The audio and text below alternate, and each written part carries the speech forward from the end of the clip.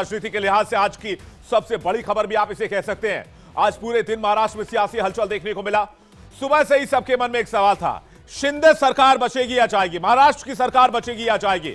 लेकिन शाम तक खबर आई और शिंदे गुट को खुशखबरी मिली कि असली शिवसेना शिंदे गुट ही है। तस्वीरें लेकर आई है आज विधानसभा में, जब राहुल नार्वेकर स्पीकर फैसला पढ़ रहे थे। ये स्पीकर है महाराष्ट्र विधानसभा के राहुल नार्वेकर, इन्होंने ही फैसला पढ़ा। आज शिंदे गुट को खुशखबरी दी।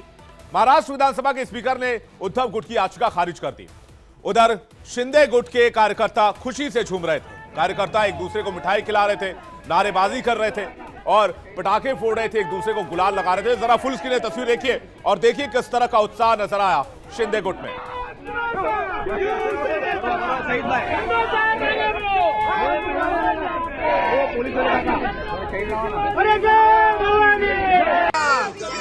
महाराष्ट्र मुख्यमंत्री सन्मान्य एकनाथ शिंदे साहेबांचा,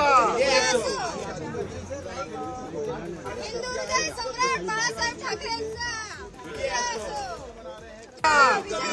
महाराष्ट्र मुख्यमंत्री सन्मान्य एकनाथ शिंदे साहेबांचा।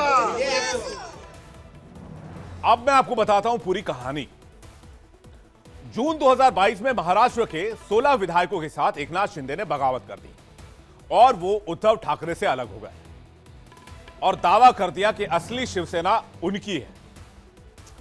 फरवरी 2023 में चुनाव आयोग ने शिवसेना का नाम और निशान दोनों शिंदे गुट को दे दिया। उनके दावे पर मुहर लगा दी क्योंकि उनके पास विधायकों के नंबर ज्यादा थे।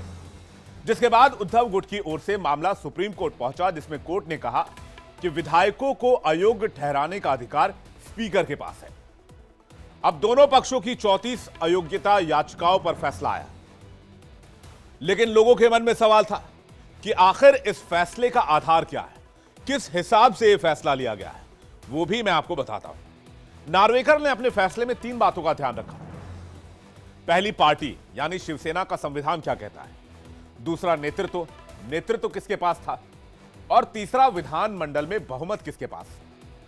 इन तीनों सवालों के जवाब के लिए उन्होंने चुनाव आयोग के रिकॉर्ड को सही पाया, क्योंकि चुनाव आयोग ने पहले ही कह दिया था कि असली शिवसेना शिंदे गुट की है, क्योंकि शिंदे के पास बहुमत का आंकड़ा था, उनके साथ ज्यादा विधायक थे।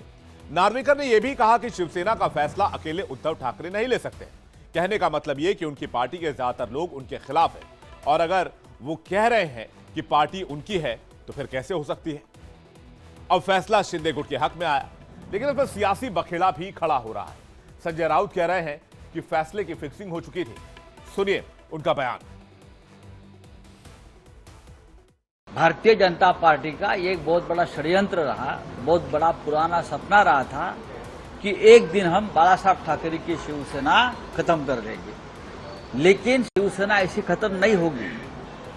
आपके एक निर्णय से, आपके कागज से, आपके भाड़े के तट्टू के मुंह से कोई अधिकार और ऑर्डर देने से शिवसेना जनता में है, शिवसेना महाराष्ट्र के रगों रगों में है।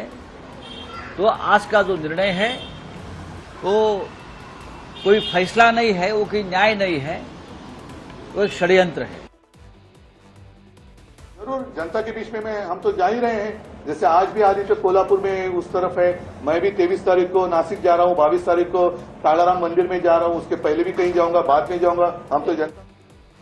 और बड़ी खबर यह है कि उद्धव गुट एक बार फिर सुप्रीम कोर्ट का दरवाजा खटखटा सकते हैं। इस फैसले के खिलाफ जाकर न्यायालय में अपील कर सकते हैं।